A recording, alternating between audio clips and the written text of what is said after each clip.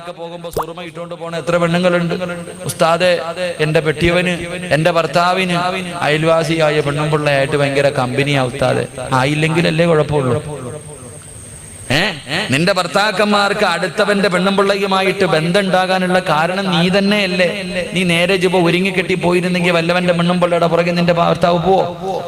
നീ നേരെ ചൊവ്വ ഒരുങ്ങിക്കെട്ടി പോകേണ്ടതുപോലെ പോയിരുന്നെങ്കിൽ ഓരോ ദിവസവും കുളിച്ചൊരുങ്ങി മനോഹരമായ വസ്ത്രം ധരിച്ച് നിന്റെ ഭർത്താവിന് നിന്നെ കാണുമ്പോ കൊതി തോന്നുന്ന രീതിയിൽ നീ പോയിരുന്നെങ്കിൽ വല്ലവന്റെ പെണ്ണുമ്പിള്ളയുടെ പുറകെ നിന്റെ ഭാര്യ ഭർത്താവ് പോകില്ല.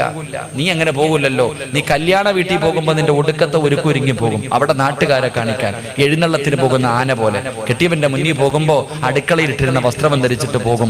പിന്നെ ഓടിയില്ലെങ്കിലല്ലേ കുഴപ്പമുള്ളൂ. അള്ളാഹു കാത്തുരക്ഷിക്കുമാറാകട്ടെ. ഉറക്ക അള്ളാഹു കാത്തുരക്ഷിക്കുമാറാകട്ടെ. അതുകൊണ്ട് എന്റെ സഹോദരിമാരോട് പറയുന്ന, നല്ല വസ്ത്രം ധരിച്ച് നല്ല രീതിക്ക് പോകും. ഇതാരോടാ പറയുന്നത്? 50 കഴിഞ്ഞ 45 വയസ്സ് കഴിഞ്ഞ ഭർത്താവ് ഒരു റൂമി, ഭാര്യ ഒരു റൂമി, ഇങ്ങനെ കിടക്കാം. ഈ സദസ്യരിക്കട വാപ്പമാരും ഉമ്മമാരും സ്വന്തം വീട്ടിലെ നിങ്ങൾ രണ്ടുപേരും പ്രായമായ ഭാര്യയും ഭർത്താവും ഒരുമിച്ച് കിടക്കണ എത്ര കുടുംബമുള്ള കിടക്കൂല. കാരണം എന്തേ? കടന്നിട്ട് പ്രയോജനമില്ല. വാപ്പ, നീ പെണ്ണ് കെട്ടിയത് സെക്സിന് വേണ്ടിയാ? നീ വികാരം തീർക്കാൻ വേണ്ടിയാ പെണ്ണ് കെട്ടിയേ? അല്ലാഹുവേ പടച്ചവനെ, ഭാര്യയും ഭർത്താവ് ഒരു മോഡലാ. 45 കഴിഞ്ഞ 2 റൂമി, പാപ്പ അവിടെ, ഉമ്മ ഇവിടെ. ആയിഷ വാടി കൂടെ കിടക്കാം. അല്ലോ, മക്കളൊക്കെ നിൽക്കുന്നില്ലേ? അതാ ഭർത്താവ് ഭാര്യ വിളിക്കണം, വാ നമുക്ക് ഒരുമിച്ച് കിടക്കാം. മക്കളൊക്കെ ഇല്ല. മക്കൾ നിൽക്കുന്നെന്ത്? അവർക്ക് സൂഹിക്കുന്നതിന് കുഴപ്പമില്ല. നിന്നെ കെട്ടിയത് മക്കളല്ല, നിന്റെ ഭർത്താവാ. ആ മനുഷ്യന്റെ കൂടെ മരിക്കണ കാലം വരെ താങ്ങും തണലുമായി നിൽക്കാനാ നിന്നെ വിവാഹം കഴിച്ച് നീ അടുത്ത റൂമിൽ പോയി കിടക്കുന്നു. എന്റെ പ്രിയപ്പെട്ട ഉപ്പമാര് ചിന്തിക്കണം, ഭാര്യയും ഭർത്താവും ഒരുമിച്ച് കിടക്കണം. വാപ്പ മരിക്കണ കാലം വരെ, മരിക്കുന്ന കാലം വരെ ഒരുമിച്ച് തന്നെ കിടക്കണം. അള്ളാഹു നമുക്ക് ഈമാൻ നൽകി നിഗ്രഹിക്കുമാറാകട്ടെ. അതുകൊണ്ട് പ്രവാചകൻ സല്ലല്ലാഹു അലൈഹി വസല്ലമ തങ്ങൾ പറഞ്ഞു, നിങ്ങളുടെ ഭാര്യമാരുടെ മുഖത്ത് നിങ്ങൾ അടിക്കരുത്, നിങ്ങൾ അവളെ ചീത്ത വിളിക്കരുതെന്ന് നബി മുഹമ്മദ് മുസ്തഫ സല്ലല്ലാഹു അലൈഹി വസല്ലമ തങ്ങൾ പറയുമ്പോ മൂന്നാമത്തെ കടമ എന്താ? അല്ലാഹുവിന്റെ പ്രവാചകൻ സല്ലല്ലാഹു അലൈഹി വസല്ലമ തങ്ങൾ പറയുകയാ, ഒരു ഭർത്താവിന് തന്റെ ഭാര്യയോടുള്ള മൂന്നാമത്തെ കടമ എന്തെന്നറിയോ? നിന്റെ ഭാര്യ നിന്റെ വീട്ടിലെ വേലക്കാരിയല്ല, അടിമപ്പെണ്ണല്ല. ചെറുപ്പക്കാരാ, നിന്റെ ഭാര്യ വീടിന്റെ അടുക്കളയിൽ കിടന്ന് കഷ്ടപ്പെടുന്നത് കാണുന്നവനല്ലോ. യന്ത്രങ്ങളെ കറങ്ങുന്നത് പോലെ രാവിലെ മുതൽ വൈകുന്നേരം വരെ വീടിന്റെ കത്ത് കിടന്ന് കഷ്ടപ്പെടുന്നത് കാണുന്നവനല്ലോ. അല്ലാഹുവിന്റെ റസൂൽ പറയുന്നു, ഭർത്താക്കന്മാര് നിന്റെ ഭാര്യയെ സഹായിക്കട്. അടുക്കളയിൽ കിടന്ന് കഷ്ടപ്പെടുന്ന ഭാര്യയുണ്ടല്ലോ, സമയം കിട്ടുമ്പോ നീ അവളെ സഹായിക്കല് നിന്റെ കടമയാണെന്ന് നബി മുഹമ്മദ് മുസ്തഫ സല്ലല്ലാഹു അലൈഹി വസല്ലമ തങ്ങൾ പറയുമ്പോ, ഭർത്താക്കന്മാര് അടുക്കളയിൽ കയറുന്നത് കുറച്ചലാണെന്ന് കരുതല്ലോ. ആരാ പറഞ്ഞു തന്നത്? മോനെ, ഒരിക്കലും നിന്റെ അഭിമാനം ഇടിയുകയില്ല. ഭാര്യയുടെ ഹൃദയത്തിന്റെ അകത്ത് നിന്നെ കുറിച്ച് വല്ലാത്ത മതിപ്പാടാ. മഹാനായ നബി മുഹമ്മദ് മുസ്തഫ സല്ലല്ലാഹു അലൈഹി വസല്ലമ തങ്ങളു പടച്ചവനെ, പ്രവാചകൻ തന്റെ വീടിന്റെ അകത്തേക്ക് കടന്നു വരുമ്പോ തന്റെ ഭാര്യയായ ആയിഷ ബീബി റളിയല്ലാഹു തആല അൻഹ മാവ് കുഴച്ചുകൊണ്ടിരിക്കുകയാ. കുഴച്ചുകൊണ്ടിരിക്കുന്ന സമയത്ത് ആയിഷ ബീബി അങ്ങ് ഉറങ്ങിപ്പോയി. പ്രവാചകൻ വീടിന്റെ അകത്ത് വിശന്നുകൊണ്ട് ഓടി വരുമ്പോ കാണുന്ന കാഴ്ച എന്തെന്നറിയുവോ? ആയിഷ ബീവി ഇരുന്ന് ഉറങ്ങുകയാണ്. ഭക്ഷണം ഉണ്ടാക്കിയിട്ടില്ല. പ്രവാചകൻ എന്തേ ചെയ്തതെന്നറിയുവോ? ഉറങ്ങുന്ന ആയിഷ ബീവിയെ ഉണർത്തിയില്ല. മിണ്ടാതെ ചെന്നിട്ട് മാവിന്റെ പാത്രം അങ്ങെടുക്കുകയാ. അടുത്ത് ചെന്നിട്ട് അതാ മാവിന്റെ പാത്രം അങ്ങെടുക്കുകയാണ്. കൊണ്ടുപോയിട്ട് പ്രവാചകന് ഭക്ഷണം ഉണ്ടാക്കുകയാണ്.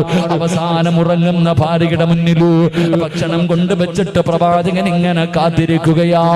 പക്ഷേ ആയിഷ ബീവി ഉണരുന്നില്ല. അവസാനം അല്ലാഹുവിന്റെ റസൂല് വിളിച്ചു, ആയിഷ എഴുന്നേക്ക്, ആയിഷ ഭക്ഷണം കഴിക്കുക, ആയിഷ. യാ റസൂലല്ലാഹ്, എന്തേ നബിയേ എന്നെ വിളിക്കാഞ്ഞത്? ഞാൻ ക്ഷീണം കാരണം ഉറങ്ങിപ്പോയതാ. അല്ലാഹുവിന്റെ റസൂല് പറഞ്ഞു, ആയിഷ, എല്ലാ ദിവസവും ഭക്ഷണം ഉണ്ടാക്കുന്നത് നീയല്ലേ, ഇന്ന് ഞാൻ ഉണ്ടാക്കാമെന്ന് കരുതി ആയിഷ എന്റെ ചെറുപ്പക്കാരാ, റസൂലുള്ളാഹിനെ കുറിച്ച് ആയിഷ ബീബി പറഞ്ഞത് എന്തെന്നറിയുമോ?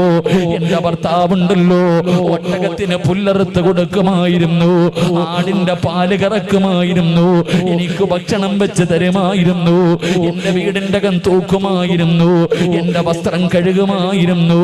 അല്ലാഹുവേ, എന്റെ വീട്ടിലെ ജോലി മുഴുവനും മഹാനായ നബി മുഹമ്മദ് മുസ്തഫ സല്ലല്ലാഹു അലൈഹി വസല്ലമ തങ്ങൾ ചെയ്യുമായിരുന്നു എന്ന് തന്റെ പ്രിയപ്പെട്ട ഭാര്യ പറയുമ്പോ, ചെറുപ്പക്കാരാ, ഭാര്യ കുത്തുവാക്ക് പറയുന്നവരുണ്ട്, പരിഹസിക്കുന്നവരുണ്ട്, നിനക്ക് ഇതിനകത്ത് എന്ത് ജോലിയാടി എന്ന് പറഞ്ഞ് കളിയാക്കുന്നവരുണ്ട്. ചെറുപ്പക്കാരാ, കണ്ണുള്ളപ്പോൾ അതിന്റെ വേദന നിനക്കറിയില്ലോ. നിന്റെ ഭാര്യ ഇല്ലാതെ വരുമ്പോ അവളൊന്ന് കിടന്നു പോകുമ്പോഴേ നിനക്കതിന്റെ പ്രയാസമാകൂ. പടച്ചവനേ, നിന്നെ കൊണ്ട് കഴിയുമോ രാവിലെ എഴുന്നേറ്റ് ഉറങ്ങുന്ന മക്കളെ വിളിച്ചുണർത്തി മദ്രസയിലേക്ക് പറഞ്ഞു വിടാൻ, തിരിച്ചു വരുമ്പോ അവർക്ക് കഴിക്കാനുള്ള ഭക്ഷണവും എടുത്തിട്ട് ഉച്ചയ്ക്ക് തിന്നാനുള്ള ഭക്ഷണവും തയ്യാറാക്കിയിട്ട് അവരെ കുളിപ്പിച്ച് സ്കൂളിലേക്ക് പറഞ്ഞു വിടാറ്, എന്നിട്ട് സ്വന്തമായിട്ട് കാപ്പി ഉണ്ടാക്കി കഴിക്കോ. ഉച്ചയ്ക്ക് നിന്റെ കൂടപ്പിറപ്പുകൾക്കും വീട്ടുകാർക്കും ഭക്ഷണം ഉണ്ടാക്കോ. ഒരു ദിവസം ഒന്ന് ചെയ്തു നോക്ക് ചെറുപ്പക്കാരാ. ഭാര്യയുടെ കയ്യിൽ പിടിച്ചിട്ട് സമ്മതിക്കുമടാ പൊന്നുമോര്, പടച്ചവനെ, എനിക്കും നിങ്ങൾക്കും ഒരു തല്ലോ. എന്ത് വേദനയാണെങ്കിലും പരാതിയില്ല. ചായ വേണമെന്ന് പറഞ്ഞാൽ പടച്ചവനെ വേദനകൾ മുഴുവനും കടിച്ചമർത്തിയിട്ട് അടുക്കളയിൽ കിടന്നു ചെന്നിട്ട് നിനക്ക് ഭക്ഷണം ഉണ്ടാക്കി തരുന്ന നിന്റെ പ്രിയപ്പെട്ട ഭാര്യയുണ്ടല്ലോ. ചെറുപ്പക്കാരാ, അവളെ വേദനിപ്പിക്കല്ലേ പൊന്നുമോന്. റസൂലുള്ള പറയുന്ന സ്വഹാബാ, അവള് ഭക്ഷണം വെക്കുമ്പോ അവളെ സഹായിക്കലൊരു ഭർത്താവിന്റെ കടമയാണെന്ന് ആദരമായ പ്രവാചകൻ നബി മുഹമ്മദ് മുസ്തഫ സല്ലല്ലാഹു അലൈഹി വസല്ലം അടുക്കളയിൽ കിടന്ന് കഷ്ടപ്പെടുമ്പോ സമയം കിട്ടുമ്പോ ഒന്ന് അടുക്കളയിൽ കയറിയിട്ട്, മോനെ ഒന്ന് പച്ചക്കറി അരിഞ്ഞു കൊടുക്കാൻ, ഒന്ന് അരി കഴുകി കൊടുക്കാൻ, അല്ലെങ്കിൽ പാത്രങ്ങൾ കഴുകി കൊടുക്കാൻ, ഇനി ഒന്നും ചെയ്തില്ലെങ്കിലും ആ അടുക്കളയിൽ പോയിരുന്നിട്ട് ഭാര്യയോട് ഒരു 5 മിനിറ്റും തമാശയെങ്കിലും പറഞ്ഞ് അവളെ ഒന്ന് സന്തോഷിപ്പിക്കാൻ നീ സമയം കണ്ടെത്തണം. അത് നിന്റെ കടമയാണെന്ന് നബി മുഹമ്മദ് മുസ്തഫ സല്ലല്ലാഹു അലൈഹി വസല്ലം അല്ലാഹു ഈമാൻ നൽകി അനുഗ്രഹിക്കുമാറാകട്ടെ. അവിടെയാണ് കുടുംബ ജീവിതത്തിലെ സന്തോഷവും ആനന്ദവും സമാധാനവും എല്ലാം ഉണ്ടാകുന്നത്. അള്ളാഹു നമുക്ക് നൽകി അനുഗ്രഹിക്കുമാറാകട്ടെ. പ്രവാചകൻ സല്ലല്ലാഹു അലൈഹി വസല്ലമ തങ്ങൾ പറഞ്ഞു, അള്ളാഹുവിന്റെ പ്രവാചകൻ അവിടെ നിന്ന് പറഞ്ഞു തന്നു, 3 ഭർത്താക്കന്മാര് ഒരു കാലത്തും സ്വർഗത്തിൽ കിടക്കില്ല എന്ന് നബി മുഹമ്മദ് മുസ്തഫ സല്ലല്ലാഹു അലൈഹി വസല്ലം. അള്ളാഹുവിന്റെ പ്രവാചകൻ അവിടെ നിന്ന് പറയുകയാ, ലാ സലാസത്തുൻ സലാസത്തുൻ ലാ യദ്ഖുലൂനൽ ജന്നതി അബദാ. ഒരു കാലത്തും അല്ലാഹുവിന്റെ സ്വർഗത്തിൽ കടക്കാത്ത 3 വിഭാഗം ആൾക്കാരെ കുറിച്ചു, 3 വിഭാഗം ഭർത്താക്കന്മാരെ കുറിച്ചു നബി മുഹമ്മദ് മുസ്തഫ സല്ലല്ലാഹു അലൈഹി വസല്ലമ തങ്ങൾ പറഞ്ഞു, ഈ സദസ്സിലിരിക്കുന്ന ഭർത്താക്കന്മാരിൽ 3 പേര് ഒരു കാലത്തും സ്വർഗത്തിൽ കടക്കില്ല എന്ന് നബി മുഹമ്മദ് മുസ്തഫ ഉറക്കെ പറഞ്ഞു. നബി മുഹമ്മദ് മുസ്തഫ. എഴുന്നേക്ക് നബി മുഹമ്മദ് മുസ്തഫ. എഴുന്നേക്ക്, എല്ലാവരും എഴുന്നേക്ക് ഇൻഷാ അല്ലാഹ്. എഴുന്നേക്ക്. ബിസ്മില്ലാ. ഈ 3 ഭർത്താക്കന്മാർ ആരാ? പറ 3 സ്വലാത്ത്. സല്ലല്ലാഹു മുഹമ്മദ് സല്ലല്ലാഹു അലൈഹി വസല്ലം.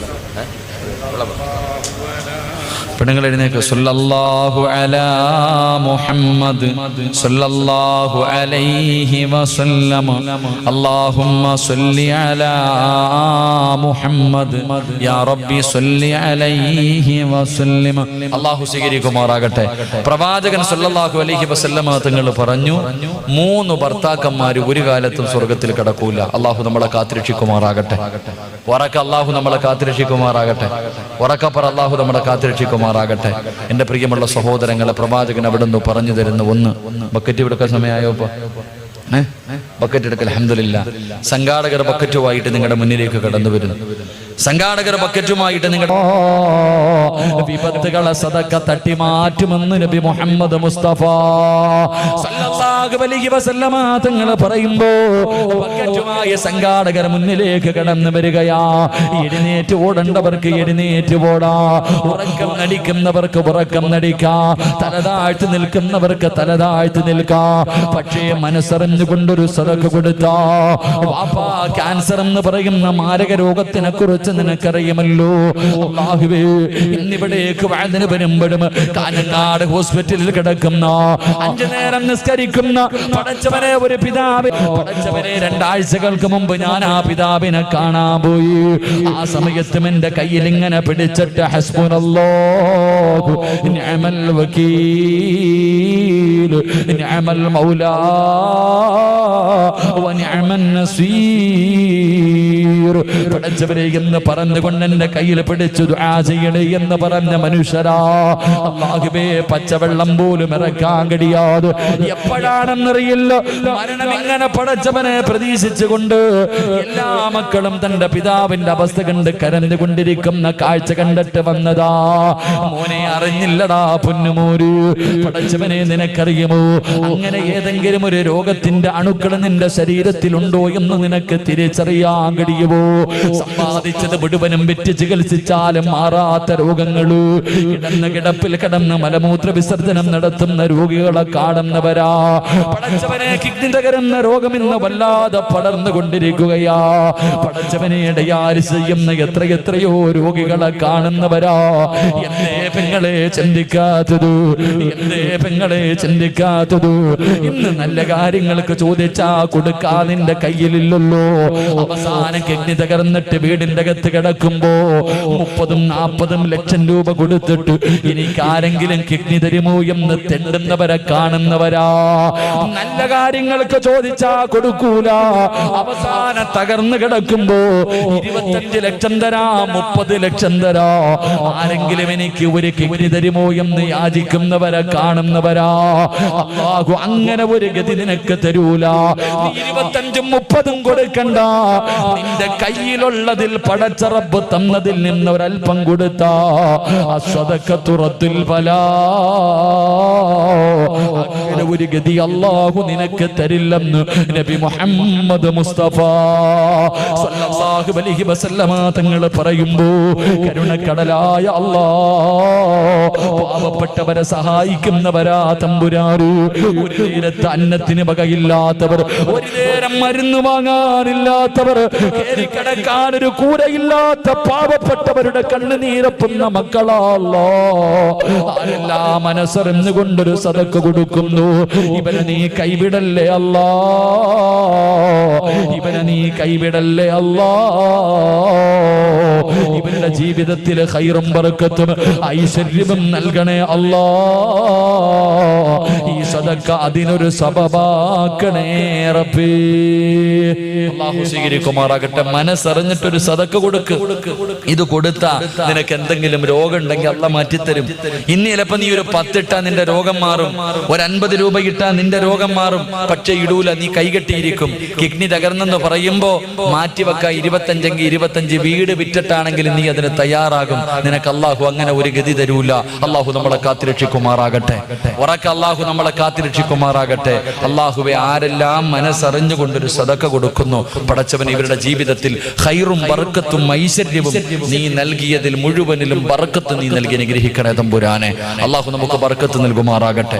അല്ലാഹു നമുക്ക് ബർക്കത്ത് നൽകുമാറാകട്ടെ. പ്രവാചകൻ സല്ലല്ലാഹു അലൈഹി വസല്ലമ തങ്ങൾ പറഞ്ഞു, 4 കാര്യങ്ങൾ ആരെങ്കിലും തന്റെ ജീവിതത്തിൽ സൂക്ഷിച്ചാൽ ഒരു കാലത്തും അല്ലാഹു അവന് ദാരിദ്ര്യം കൊടുക്കില്ല എന്ന് നബി മുഹമ്മദ് മുസ്തഫ. ഉറക്കെ നബി മുഹമ്മദ് മുസ്തഫ.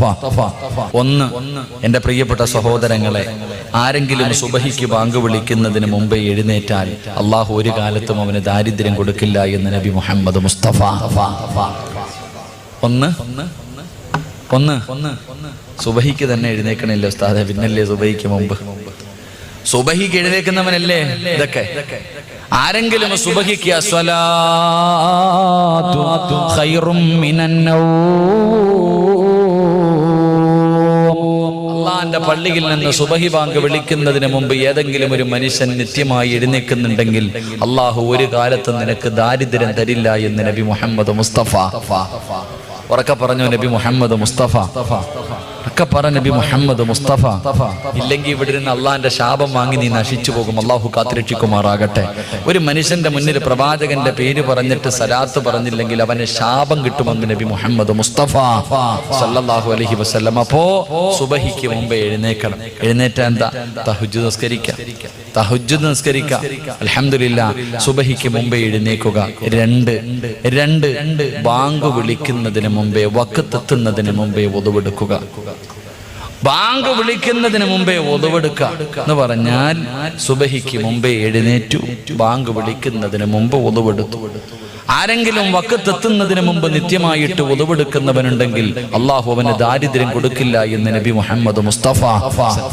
2, 3 എന്റെ പ്രിയപ്പെട്ടവരെ, സുബഹിക്ക് മുമ്പേ എഴുന്നേറ്റു, ഒളുവെടുത്തു, ബാങ്ക് വിളിക്കുന്നതിന് മുമ്പേ ഒളുവെടുത്തു. എന്നിട്ട് ബാങ്ക് വിളിക്കുന്നതിന് മുമ്പ് പള്ളിക്കകത്ത് കയറിയാൽ, ബാങ്ക് വിളിക്കുന്നതിന് മുമ്പ് നിസ്കാര പായിൽ കയറിയിരുന്ന അള്ളാഹു ഒരു കാലത്തും നിനക്ക് ദാരിദ്ര്യം തരില്ല എന്ന് നബി മുഹമ്മദ് മുസ്തഫ സല്ലല്ലാഹു അലൈഹി വസല്ലം. 3-ാമത്തെ കാര്യം, ഒളുവെടുത്തിട്ട് ബാങ്ക് വിളിക്കുന്നതിന് മുമ്പേ പള്ളിക്കകത്ത് കയറൂലല്ലോ. ഇക്കാമത്ത് കൊടുത്താൽ കയറൂലല്ലോ. പള്ളിക്കകത്ത് ഇക്കാമത്ത് കൊടുത്ത് ഇമാമ് കൈകെട്ടിയാലും പുറത്തുനിന്ന് ചർച്ചയാ. അങ്ങനത്തെ കാലഘട്ടമാണ്. പെങ്ങളെ, ബാങ്ക് വിളിക്കുന്നതിന് മുമ്പേ, സുബഹിക്ക് മുമ്പേ എഴുന്നേറ്റു, ഒളുവെടുത്തു, ബാങ്ക് വിളിക്കുന്നതിന് മുമ്പേ നീ മുസല്ലയിൽ കയറിയിരിക്കുക. അള്ളാഹു നിനക്ക് ദാരിദ്ര്യം തരില്ല എന്ന് നബി മുഹമ്മദ് മുസ്തഫ. 4-ാമത്തെ കാര്യം, വിത്ർ നമസ്കാരം കഴിഞ്ഞാൽ പിന്നെ ആവശ്യമില്ലാത്ത കാര്യങ്ങൾ സംസാരിക്കാതിരിക്കുക. വിത്ർ നമസ്കാരത്തിന് ശേഷം പിന്നെ ആവശ്യമില്ലാത്ത സംസാരങ്ങൾ ഒഴിവാക്കിയാൽ അള്ളാഹു നിനക്ക് ദാരിദ്ര്യം തരില്ല എന്ന് നബി മുഹമ്മദ് മുസ്തഫ. അതെങ്ങനെ? ഇശാ നമസ്കാരം കഴിഞ്ഞിട്ടല്ലേ പച്ചയിറച്ചി ഇങ്ങനെ റോഡിൽ നിന്നിട്ട്, പള്ളിയുടെ മുന്നിൽ നിന്നിട്ട്, എടാ വീട്ടിൽ പോകുന്നതിന് മുമ്പേ അന്ന് കിട്ടിയ ചെയ്ത അമല് മുഴുവനും നാട്ടുകാർക്ക് കൊടുത്തിട്ടേ പോകത്തുള്ളൂ. അപ്പോഴല്ലേ വീടിൻ്റെ അകത്ത് കയറി ഭക്ഷണവും കഴിച്ച് കയറി ഇരുന്നിട്ട് ടവർ കത്തിക്കുന്നത് മൊബൈലിലൂടെ. അല്ലാഹു അലല്ലേ. അപ്പോഴല്ലേ കാമുകനെ വിളിക്കുന്ന സമയം. അപ്പോഴല്ലേ. അള്ളാഹു കാത്തിരക്ഷിക്കുമാറാകട്ടെ. എനിക്ക് ദാരിദ്ര്യം വരും പെങ്ങളെ. റസൂലുള്ളാഹി തങ്ങൾ പറഞ്ഞു, വിത്ർ നമസ്കാരം കഴിഞ്ഞാൽ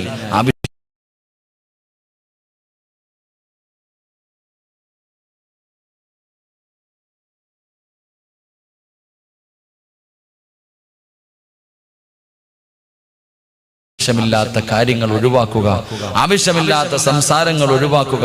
അള്ളാഹു നിനക്ക് ബർക്കത്ത് നൽകുമെന്ന് നബി മുഹമ്മദ് മുസ്തഫ സ്വല്ലല്ലാഹു അലൈഹി വസല്ലം. സൂക്ഷിക്കാൻ ഭാഗ്യം തരുമാറാകട്ടെ. അള്ളാഹു ജീവിതത്തിൽ സൂക്ഷിക്കാൻ ഭാഗ്യം തരുമാറാകട്ടെ.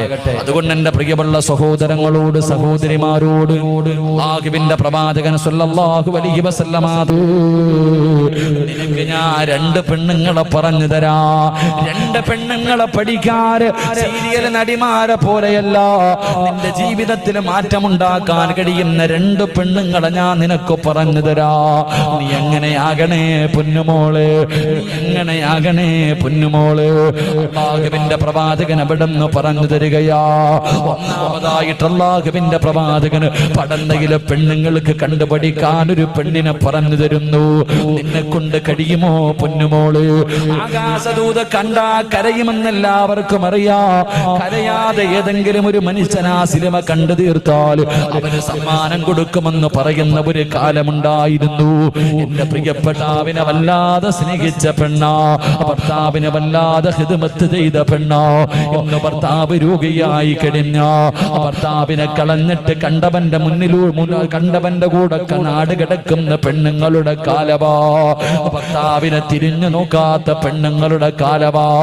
ഭർത്താവിനെ കുത്തുവാക്കും പരിഹാസവും പറയുന്ന പെണ്ണുങ്ങളുടെ കാലവാ. എന്റെ പ്രിയപ്പെട്ട പെങ്ങള്, നീ വായിച്ചു നോക്കണ്ട ചരിത്രം ആരുടെ ചരിത്രമെന്നറിയോ? മഹ്ദി റഹ്മത്ത് ബീബി റളിയല്ലാഹു തആല അൻഹാ. റഹ്മത്ത് ബീബി എന്ന് പറയുന്ന ഒരു പെണ്ണുണ്ട്. അല്ലാഹുവേ, ആരുടെ ഭാര്യയാണെന്നറിയുമോ? മഹാനായ അയ്യൂബ് നബി അലൈഹിസ്സലാം. അയ്യൂബ് നബി അലൈഹിസ്സലാമിന്റെ പ്രിയപ്പെട്ട ഭാര്യയായ റഹ്മത്ത് ബീബി റളിയല്ലാഹു തആല അൻഹയുടെ ചരിത്രമൊന്ന് വായിച്ചു നോക്കണം പെങ്ങള്. പടച്ചവരെ, ആ റഹ്മത്ത് ബീബി ആരെന്നറിയുവോ? അല്ലാഹു സുബ്ഹാനഹു വ തആല അയ്യൂബ് നബി അലൈഹിസ്സലാമിന് അല്ലാഹു ഒരു പരീക്ഷണം കൊടുത്തു. ലോകത്ത് ഒരു മനുഷ്യനും കൊടുക്കാത്ത ഒരു രോഗമാണ് അല്ലാഹു കൊടുത്തത്. റബ്ബേ, ശരീരം മുഴുവനും ഇങ്ങനെ പൊട്ടി ഒലിക്കുകയാണ്, വല്ലാത്ത ദുർഗന്ധമാണ്. പടച്ചവനെ, അവസാനം ജനങ്ങൾ രോഗം പടരുമെന്ന് പറഞ്ഞിട്ട് അയ്യൂബ് നബി ആട്ടി ഓടിക്കുകയാ. 81 വർഷക്കാലം ജനിച്ചു വളർന്ന നാട്ടിൽ നിന്ന് നാട്ടുകാരും കുടുംബക്കാരും ഒരു ജനത മുഴുവനും അയ്യൂബ് നബി ആട്ടി ഇറക്കുമ്പോ നടക്കാൻ കഴിയാതെ വേച്ച് വേച്ച് നടന്നു പോകുന്ന അയ്യൂബ് നബി അലൈഹിസ്സലാം ഓടി വന്ന് കയ്യിൽ പിടിച്ചിട്ട് റഹ്മത്തെന്ന് പറയുന്ന ഭാര്യ അവിടെന്ന് പറഞ്ഞു, നബിയേ, അവസാനം വരെ ഞാൻ കൂടെയുണ്ട് നബിയേ, ആര് കൈയൊടിഞ്ഞാലും ഞാൻ കൂടെയുണ്ട് നബിയേ. അയ്യൂബ് നബി അലൈഹിസ്സലാമിന്റെ കയ്യിൽ പിടിച്ചുകൊണ്ട് റഹ്മത്ത് ബീബി റളിയല്ലാഹു തആല നടക്കുകയാ. പെങ്ങളെ, ഒരാളും അയ്യൂബ് നബിയുടെ അടുത്ത് വരുന്നില്ല. കാരണം വല്ലാത്ത ദുർഗന്ധമാണ്, നടക്കാൻ കഴിയുന്നില്ലോ. അയ്യൂബ് നബിയുടെ മാംസങ്ങൾ ഇങ്ങനെ ഇളകി താഴെ വീഴുകയാ, എല്ലുകൾ വെളിയിൽ കാണുകയാ. പടച്ചവനെ, റഹ്മത്ത് ബീബി ചെയ്തതെന്തെന്നറിയോ?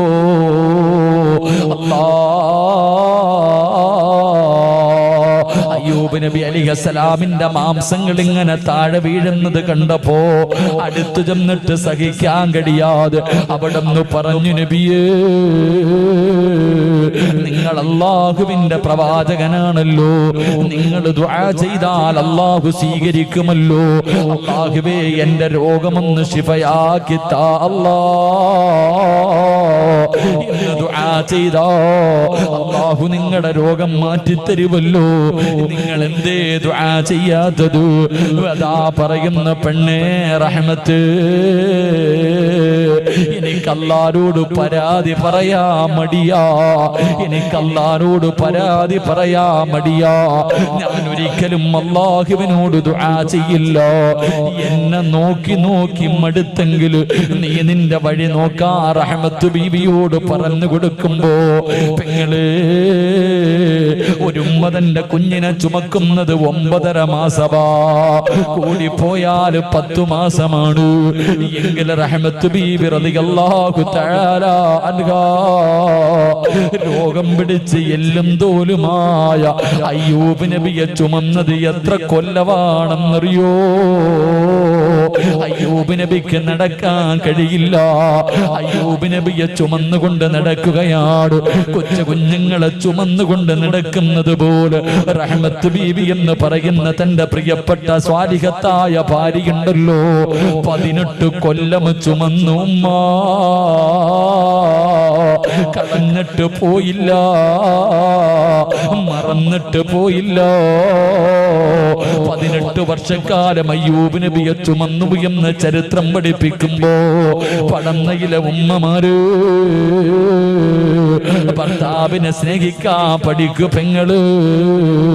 റഹ്മത്ത് ബീവിയുടെ ചരിത്രം നിനക്കൊരു പാഠമാകട്ടെ. രണ്ടാമതൊരു പെണ്ണിനെ പറയുന്നുണ്ട്. അല്ലാ, ഏത് പെണ്ണെന്നറിയോ? റസൂലുള്ളാഹിന് 11 ഭാര്യമാരുണ്ടായിരുന്നു. പക്ഷേ 63-ാമത്തെ വയസ്സിൽ വഫാത്താകുന്നത് വരെ ഒരു ഭാര്യയുടെ പേര് പറഞ്ഞ റസൂലുള്ളാഹി കരയുമായിരുന്നു പെങ്ങള്. ഏത് ഭാര്യയുടെ പേരെന്നറിയോ? മഹ്ദി ഖദീജ. ഖദീജ ബീബി റളിയല്ലാഹു തആല അൻഹയുടെ പേര് പറഞ്ഞു പ്രവാചകന്റെ കണ്ണിങ്ങനെ നിറഞ്ഞു ഒഴുകുമായിരുന്നു. കാരണം വല്ലാത്ത സ്നേഹമായിരുന്നു. എന്തു പറഞ്ഞാലും ഖദീജ, എന്തു പറഞ്ഞാലും ഖദീജ തന്റെ മറ്റുള്ള ഭാര്യമാരോട് പറയുമായിരുന്നു, എന്റെ ഖദീജയെ പോലെയാകണം. എന്റെ ഖദീജ എങ്ങനെയായിരുന്നു? എപ്പോഴും ഖദീജാനെ കുറിച്ച് പറയുന്നത് കേട്ടപ്പോ മഹ്ദി ആയിഷ ആയിഷ ബീബി റളിയല്ലാഹു തആല അൻഹയ്ക്ക് അവിടുന്ന് സഹിക്കാൻ കഴിഞ്ഞില്ല. അവിടുന്ന് ചോദിച്ചു, നബിയേ, ഈ കിളവിയോട് ഇത്ര സ്നേഹം എന്തേ നബിയേ? തന്റെ ഭാര്യ കിളവി എന്ന് വിളിച്ചപ്പോ റസൂലുള്ളാഹിന്റെ കണ്ണ് നിറയുകയാ, പ്രവാചകനിരുന്ന് കരയുകയാ. അത്രയ്ക്കും സ്നേഹമായിരുന്നു ഉമ്മ. അതിന്റെ കാരണം എന്തെന്നറിയുവോ? അതിന്റെ കാരണം എന്തെന്നറിയുവോ? അല്ലാഹുവിന്റെ പ്രവാചകനെ നാട് കടത്തുമ്പോ, ഊരി വിലക്കുമ്പോ ഖുറൈശികൾ അല്ലാഹുവിന്റെ റസൂലിലേക്ക് തന്റെ കുടുംബത്തെയും മാട്ടിയിറക്കുമ്പോ ആരും സഹകരിക്കാനോ സഹായിക്കാനോ പാടില്ല എന്ന് ഖുറൈശികൾ അവിടെ നിന്ന് പ്രഖ്യാപിക്കുമ്പോ അല്ലാഹുവിന്റെ റസൂല് വീടിന്റെ വെളിയിൽ ഇറങ്ങിയിട്ട് അവിടെ നിന്ന് പറഞ്ഞു, ഖദീജ,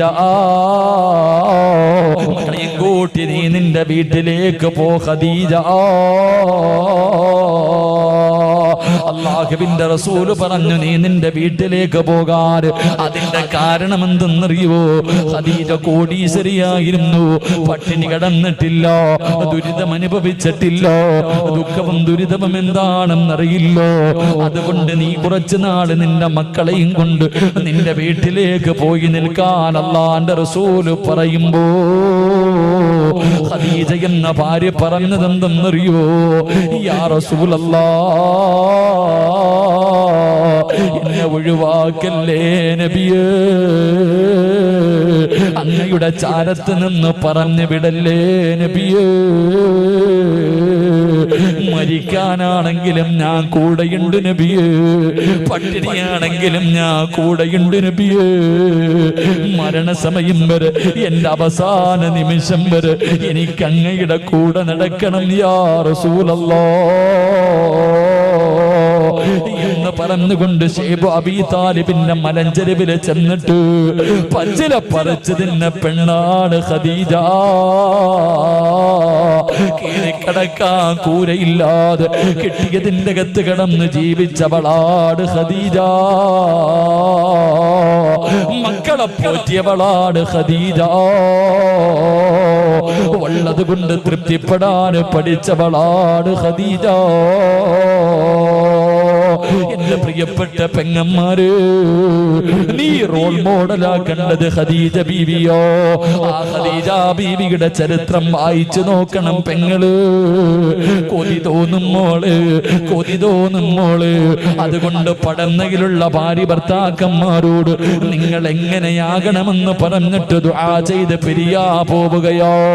നിങ്ങൾ എങ്ങനെയാണ് ജീവിക്കേണ്ടതെന്നറിയോ? മഹാനായ നബി മുഹമ്മദ് മുസ്തഫ സല്ലല്ലാഹു അലൈഹി വസല്ലമ തങ്ങളുടെ മുന്നിലേക്ക് മുഖറബുൽ അംലാക്ക് മലക്ക് ജിബ്രീൽ അലൈഹിസ്സലാം ഇറങ്ങി വന്നിട്ട് അവിടുന്ന് ചോദിക്കുന്നു, നബിയേ, ഖദീജ ബീവി എവിടെ നബിയേ? ഖദീജ ബീവി എവിടെ നബിയേ? എന്തേ ജിബ്രീല് എന്റെ ഖദീജാനെ തിരയുന്നത് എന്താണ് യാ റസൂലല്ലാഹ്? ഖദീജ വരുമ്പോ ഒരു സന്തോഷ വാർത്ത പറയണം നബിയേ. എന്താണ് സന്തോഷ വാർത്ത എന്നറിയുമോ യാ റസൂലല്ലാഹ്? ഖദീജയ്ക്ക് സ്വർഗ്ഗത്തിലൊരു മുത്തിന്റെ കൊട്ടാരമുണ്ട് നബിയേ. ഖദീജ ബീവി റളിയല്ലാഹു തആല അൻഹയ്ക്ക് സ്വർഗ്ഗത്തിൽ ആരും ശല്യം ചെയ്യാത്ത ഒരു ഭാഗത്ത് ഒരു മുത്തിന്റെ കൊട്ടാരം അല്ലാഹു കൊടുത്തിട്ടുണ്ട്. എന്തിനാണെന്നറിയുമോ? പടന്നയിലെ ഉമ്മമാരെ, ഖദീജ ബീവിക്ക് സ്വർഗ്ഗത്തിലൊരു മുത്തിന്റെ കൊട്ടാരം കിട്ടാറുള്ള കാരണം എന്തെന്നറിയുമോ? അല്ലാഹ് 25 കൊല്ലം അല്ലാഹുവിന്റെ റസൂലിന്റെ ഭാര്യയായി ജീവിച്ചു. 25 വർഷം അല്ലാഹുവിന്റെ റസൂല് വിവാഹം കഴിച്ചത് 25ാമത്തെ വയസ്സില്. തന്റെ ഭാര്യയുടെ വയസ്സ് 40 വയസ്സായിരുന്നു.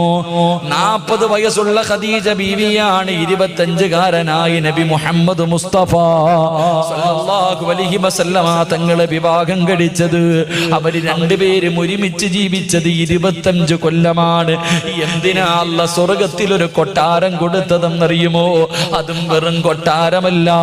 സ്വർഗത്തിന്റെ ഒരു ഭാഗത്ത് അല്ലാഹുവേ ഒരു മുത്തുകൊണ്ടുണ്ടാക്കിയ ഒരു കൊട്ടാരം അല്ലാഹു കൊടുത്തു. എന്തിനാ പടന്നയിലെ പെങ്ങളെ? ഭർത്താവിന്റെ മുന്നിൽ ശബ്ദമുയർത്താത്തതിനാ. 25 കൊല്ലം അല്ലാഹുവിന്റെ റസൂലിന്റെ കൂടെ ജീവിച്ചിട്ട് ഒരിക്കൽ പോലും പ്രവാചകന്റെ മുന്നിൽ ശബ്ദമുയർത്തി സംസാരിച്ചിട്ടില്ല മഹ്ദി ഖദീജ. അതിന് അല്ലാഹു കൊടുത്ത പ്രതിഫലമാണെന്ന് നബി മുഹമ്മദ് മുസ്തഫ സല്ലല്ലാഹു അലൈഹി വസല്ലമ തങ്ങൾ പറഞ്ഞു തരുമ്പോ, എന്റെ പ്രിയപ്പെട്ടവരെ, 25 കൊല്ലം രണ്ടുപേരും ജീവിച്ചു. 65 വയസ്സായി. 65 വയസ്സായി ഖദീജ ബീവി റളിയല്ലാഹു തആല അൻഹാ കുളിച്ചൊരുങ്ങിയിട്ട് പുതുവസ്ത്രവും ധരിച്ചിട്ട് 65 വയസ്സുള്ള ഉമ്മ കാത്തിരിക്കുകയാ. ഭർത്താവിന്റെ മണിയറയിൽ നിന്ന് മാറിക്കിടക്കുന്ന പടന്നയിലെ ഉമ്മയ്ക്കത് മനസ്സിലാകൂല. 65 വയസ്സുള്ള പടുവൃത്തയായ അല്ലാഹുവേ ഖദീജ ബീബി റളിയല്ലാഹു തആല അൻഹാ കുളിച്ചുരങ്ങിയിട്ട് പുതുവസ്ത്രവും ധരിച്ചിട്ട് റസൂലുള്ളാഹിനെ കാത്തിരിക്കുകയാണ്. അതാ ലോകത്തിന്റെ നേതാവ് കടന്നു വന്നു, കഴിക്കാ ഭക്ഷണം കൊടുത്തു. എന്നിട്ട് അവസാനം പ്രവാചകന്റെ മടിത്തട്ടിൽ തലവെച്ച് കിടന്നിട്ട് ഖദീജ ബീബി റളിയല്ലാഹു തആല അൻഹാ അല്ലാഹുവിന്റെ റസൂലിന്റെ മുഖത്ത് നോക്കി ചിരിക്കുകയാ. എന്തേ ഖദീജ എന്നെ നോക്കിയിട്ട് ചിരിക്കുന്നത്? എന്തേ ഖദീജ? യാ റസൂലല്ലാഹ്, എന്തൊരു പ്രകാശമാണ് നബിയേ. അല്ലാഹുവിന്റെ റസൂൽ ചോദിച്ച്, 25 കൊല്ലം കൊണ്ട് കാണുന്നതല്ലേ ഖദീജ? അവസാനം എന്റെ പ്രിയപ്പെട്ട പടന്നയിലെ ഉമ്മ ഖദീജ ബീബി റളിയല്ലാഹു തആല അൻഹാ അല്ലാഹുവിന്റെ റസൂലിന്റെ കയ്യിൽ പിടിച്ചിട്ട്, നബിയേ 25 കൊല്ലമായി ഞാൻ അങ്ങയുടെ കൂടെ ജീവിക്കുന്നുണ്ട്. അങ്ങയുടെ മനസ്സിന് വേദനയുണ്ടാക്കുന്ന എന്തെങ്കിലും ഈ 25 വർഷത്തിന്റെ ഇടയിൽ എന്റെ നാവിൽ നിന്ന് വന്നു പോയിട്ടുണ്ടെങ്കിൽ എനിക്കൊന്ന് പൊരുത്തപ്പെട്ട് തരണേ യാ റസൂലല്ലാഹ്. എനിക്ക് പോകാ സമയമായി നബിയേ. അല്ലാഹുവിന്റെ പ്രവാചകന്റെ കയ്യിൽ പിടിച്ചിട്ട് ഖദീജ ബീബി റളിയല്ലാഹു തആല അൻഹാ അവിടുന്ന് പൊരുത്തം ചോദിക്കുമ്പോ റസൂലുള്ളാഹ് കരയുകയാ. കൊച്ചുകുട്ടികൾ കരയുന്നത് പോലെ റസൂലുള്ളാഹ് തേങ്ങി തേങ്ങി കരയുകയാണ്. ഖദീജ പോവുകയാണോ? എന്നെ ഒറ്റയ്ക്കാക്കിയിട്ട് പോവുകയാണോ? എന്നോട് പൊരുത്തം ചോദിക്കല്ലേ ഖദീജ. പറയാനൊരു കുറ്റമില്ല, പറയാനൊരു ന്യൂനതയില്ല. അല്ലാഹുവിന്റെ പ്രവാചകൻ അവിടെന്ന് പറയുകയോ, ഈ 25 വർഷത്തിന്റെ ഇടയിൽ നിന്നെ കുറിച്ച് നല്ലതല്ലാതെ ഒന്നും പറയാനില്ല ഖദീജ. പറഞ്ഞു തീരേണ്ട താമസമുണ്ടല്ലോ. ഖദീജ ബീബി റളിയല്ലാഹു തആല അൻഹാ ചാടി എഴുന്നേറ്റിട്ട് അല്ലാഹുവിന്റെ പ്രവാചകനെ കെട്ടിപ്പിടിക്കുകയാ. അവിടുന്ന് ചുടുചുംബനം കൊടുക്കുകയാണ്. എന്നിട്ട് പ്രവാചകൻ ചെവിയിൽ ചോദിച്ചു, നബിയേ, എന്റെ ഭർത്താവാണല്ലോ, ഞാൻ പോവുകയാണ് നബിയേ. എനിക്കൊരു 3 ആഗ്രഹമുണ്ട്, സാധിച്ചു തരുമോ യാ റസൂലല്ലാഹ്? അല്ലാഹുവിന്റെ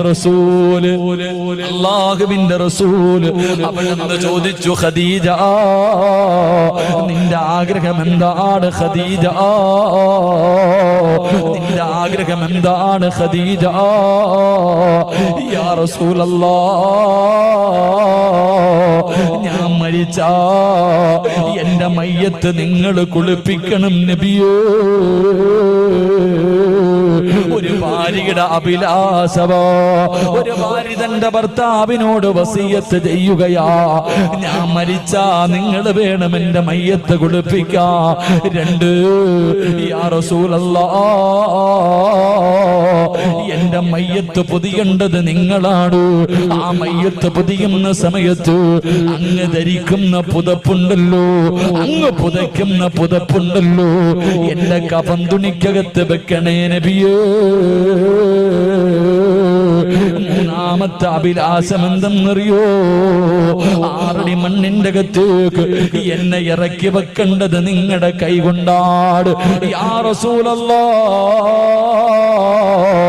അങ്ങയുടെ കൈ കൊണ്ട് വേണം എന്റെ ജനാസ ഇറക്കി വെക്കാ. പെങ്ങളെ, ലോകത്തോട് ഖദീജ യാത്ര പറഞ്ഞു.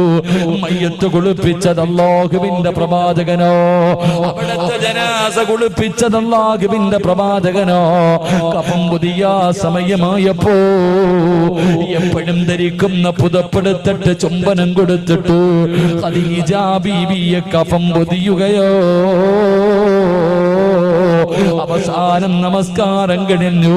6 അടി മണ്ണിന്റെ അകത്ത് ജനാസ ഇറക്കി വെക്കുമ്പോ തന്റെ ഭാര്യയുടെ ജനാസ കൈകൊണ്ട് വാങ്ങി ഖബറിന്റെ അകത്ത് ഇറക്കി വെച്ചിട്ട് അല്ലാഹുവിന്റെ റസൂല് കരയുകയാ. കണ്ണിലൂടെ കണ്ണുനീരിങ്ങനെ ഒഴുകുകയാണ്. അതാ ഖദീജ ബീബി റളിയല്ലാഹു തആല അൻഹയുടെ ഖബറിന്റെ അകത്തിരുന്നിട്ട് പ്രവാചകനെ കരഞ്ഞു എന്ന് ചരിത്രം പറയുമ്പോ പടന്നയിലെ ഉമ്മമാര്, നീ ഖദീജയെ പോലെ ആകണോ, നീ ഖദീജയെ പോലെ ആകണോ, നീ